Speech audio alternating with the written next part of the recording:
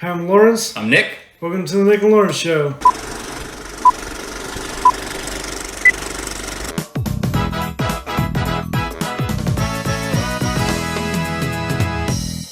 Welcome back, and before we start, I just want to apologize if I sniffle a little bit. It's allergy season. It's pre-allergy season here in our area. We call it Swinter? Swinter. Is this fancy purpose? Well, we have like 8 seasons here in our area. This is called false spring because it's like 78 degrees out, and we still have about 2 weeks left until spring. So it's everything's blooming prematurely, and it's affecting all my allergies. So I'll try not to sniffle as much as possible, but we'll just get started. So welcome back. Thanks. What are we talking about? Well, as we had mentioned in our last video, we were kind of hitting the Mr. Rogers neighborhood anniversary, and we said, well, we'll kind of go into this. We're now finally sort of at the end of March, as we finally when we get this up and stuff, maybe early April, but we wanted to focus on maybe Fred Rogers, his career, and all of that stuff. And I brought a few little goodies, kind of nostalgic in a way. I want to let you guys know that Fred was never about marketing, but because our show is nostalgic, we thought we'd at least look at that side of it, and then a little bit of the history of his career within the mix of it. Yeah, and we'll just look at a little bit because we otherwise we'll be doing an hour-long episode. Well, my collection is probably one of the biggest collections, but I brought enough for 20 minutes to talk on. So let's dive right into it. Yep. So I brought a couple catalogs, which is the reason why, like we said,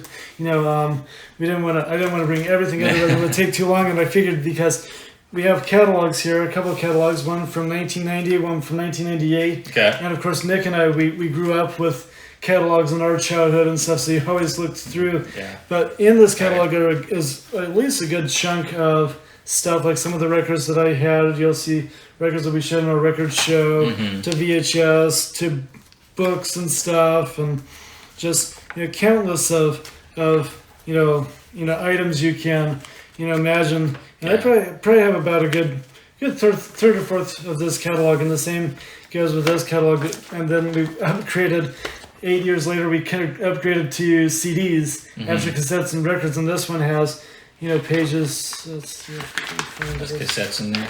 It still has cassettes, but it's CDs and cassettes. Oh. Here.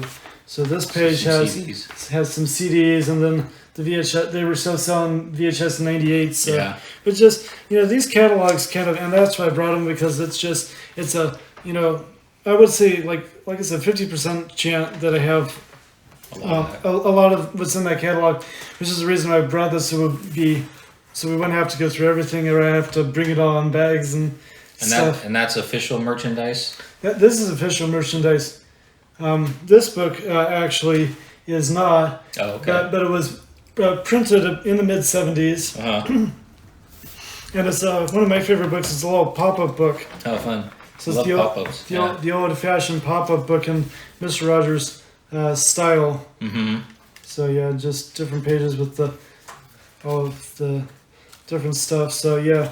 Then I brought a couple of documentaries that I really like when I celebrate Mr. Rogers. This one was actually made by the company. It's America's Favorite Neighbor, Fred Rogers. It was actually a documentary that was made during their 20th anniversary in 1988, but it had a different title called Our Neighbor, Fred Rogers.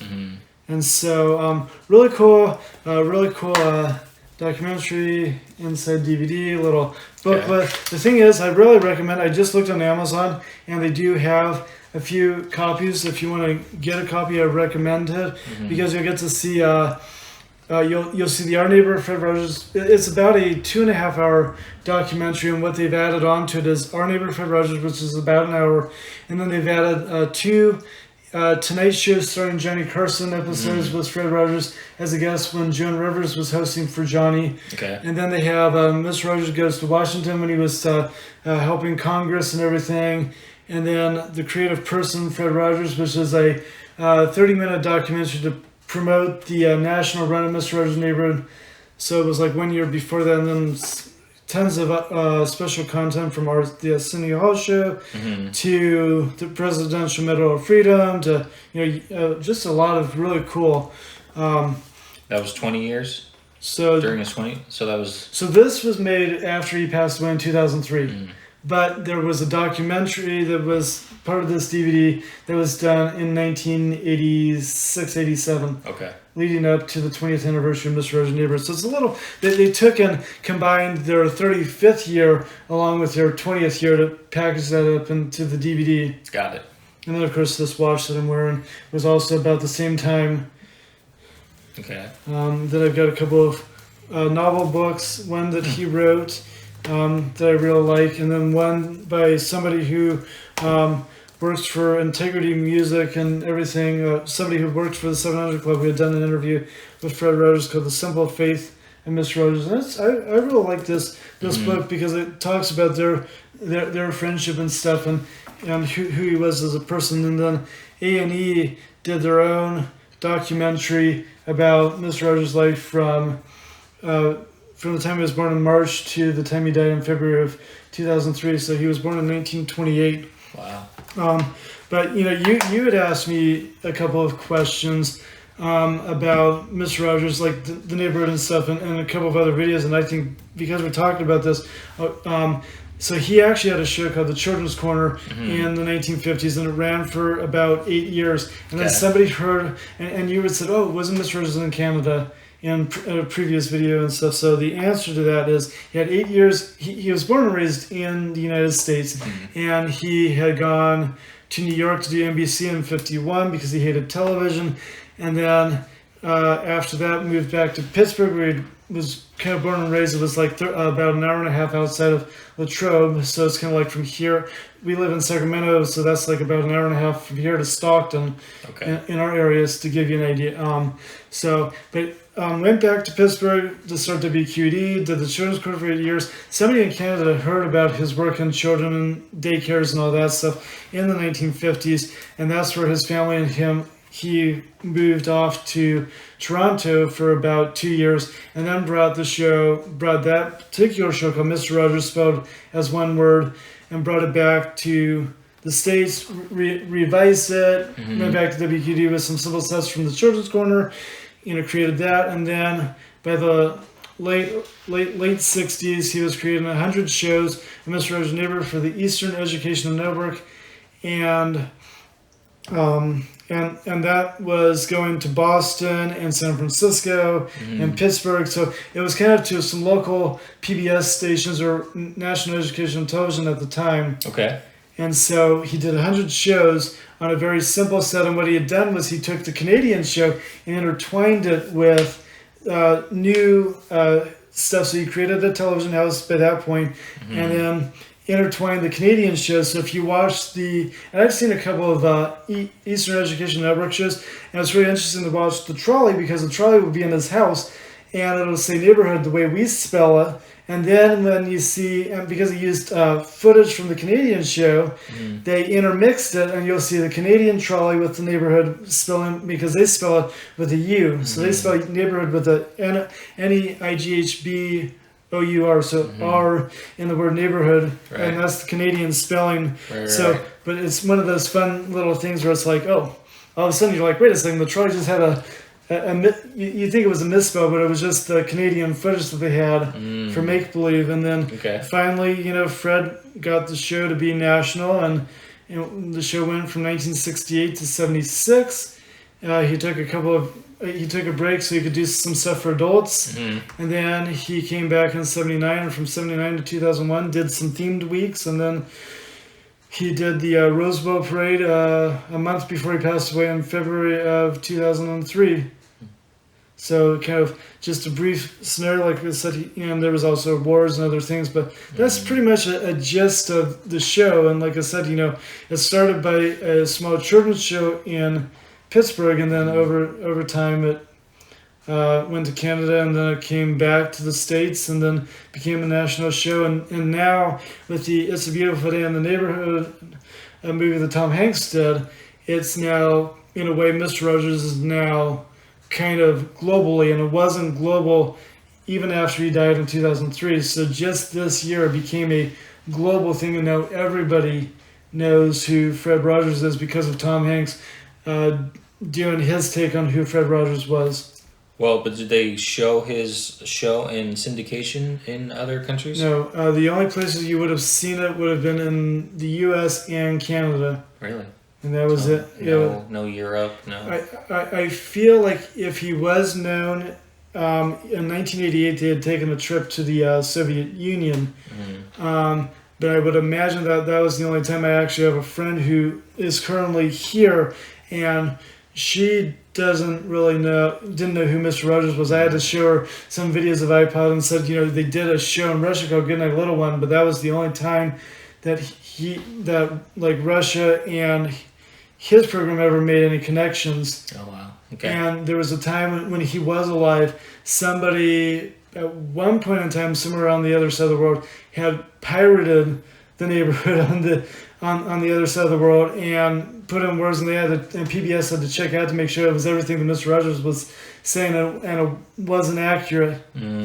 So they said, we just don't want you to mess up the language and what we're trying to say here in the program. So that's one of the reasons. So now that Tom Hanks has jumped in, and since our technology has gotten better with, we got Google and we got other things along the way, it makes it easier to translate everything now. Yeah. So now the people who are in Spain or China or whatever can have the correct pronunciation of Fred's song and Tom Hanks singing it, that people understand, and then they can go back and see the U.S. version if they can. I think in England they still have a hard time trying to watch Mr. Rogers' Neighborhood, but now that the Tom Hanks movie is up, it makes it easier to have Amazon kind of change that for those people there. Yeah. So even though they have a British accent and they don't have the American accent, at least they can understand our words. Yeah, sure. That's interesting. Yeah. Well, he was in syndication after 1976. You said he took a break. Did they show his show? Yeah. So what they did? During that time was they took I think about 480 shows, and they went and just took those shows and they reprogrammed them. So they had 480 shows, and then they just went from like 481, and they repeated the number over time. So the episode 131 became 1001 in the production ID code, and that helped them to create over 1,000 programs. The total library was 895 shows. Oh, wow. And that doesn't include the 100 that we mentioned. That would make it 995. So they were like a nickel shy of 1,000 programs anyway.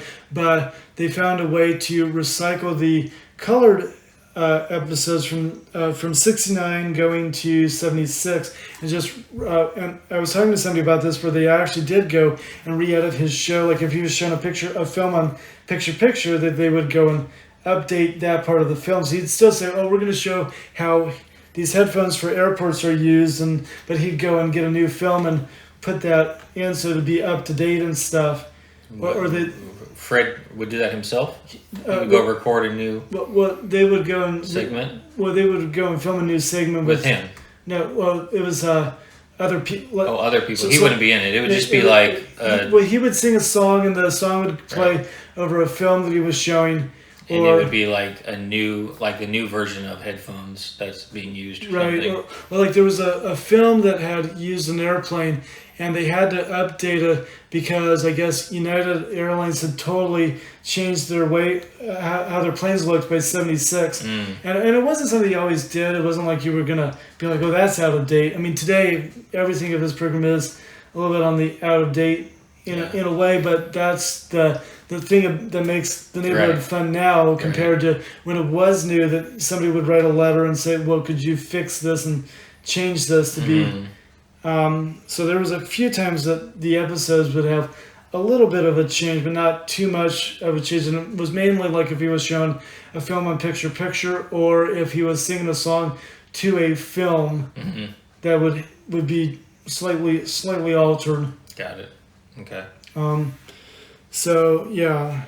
So he went into syndication from 76 to 79, and then they kept re-airing the older episodes until about 1995, and then they had enough new episodes that they didn't need the older episodes from the 60s and 70s. Mm-hmm. So they did a lot of syndication episodes, which helped to take the number of programs up. Mm-hmm. But people have always said, okay, so he had about 8-9 seasons from 68 to 76, and then they just took the syndication package and said, well, this will now be season 10. So in 77 it was season 10, and then so forth. And so by the time I came and visited Mr. Rogers' Neighborhood in 1981, they were already at their 24th season on public television. So the episode that I got to see was the premiere of their 24th season on November 25th of 1991. Mm-hmm. That was cool. I had, when I was 8 years old, I didn't, meeting Fred and doing all of that, I didn't have this clue. I'm like, oh, I'm really getting 1 year shy of their 25th year on public television. Yeah. Even though they only had a certain less amount, they didn't do production between 77 to 79, but they figured a way around it so they could add the extra seasons. Mm-hmm. So many people are like, oh, because if you look, there's like links to like old videos and people put them in, but they just go by the years. So like 79 is like season 10, but I'm like, no, that's really like season 13 or 14. So some people are off on how the seasons go. Right. So Okay. yeah, Well, I think that's a lot of great top level information. Yeah. For this episode. Anything Yeah. else before we wrap up? Don't think so. I think that's pretty well Okay. Well, covered. yeah, we'll be able to make quite a few videos on Fred Rogers. Yeah, or I'll bring him into other things that we're talking about. Yeah. We always mention him because Lawrence is a super fan. Yeah.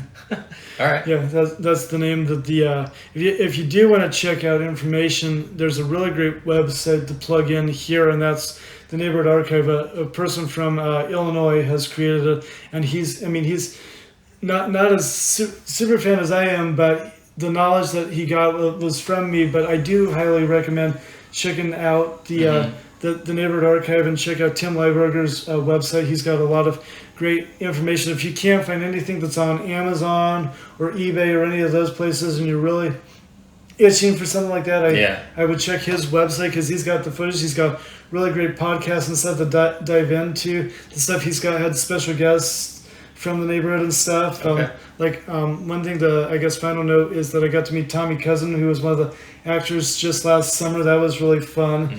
Mm-hmm. But yeah, I think we talked about that. Yeah. When you got back from your trip. Yeah. So I had a couple of chances to go to a Pittsburgh trip last summer, so revisit the sets and stuff. Mm. So a lot of information, a lot of great places to find stuff. Like I said, check out Amazon for some Mr. Rogers Neighborhood stuff. Sure. Check out the Neighborhood Archive. I'm going to plug in Tim Lieberger's site for him because he's always itching for people to come and check that out. Definitely. Okay. Well, on that note, please like this video as always. Subscribe to our channel for more content.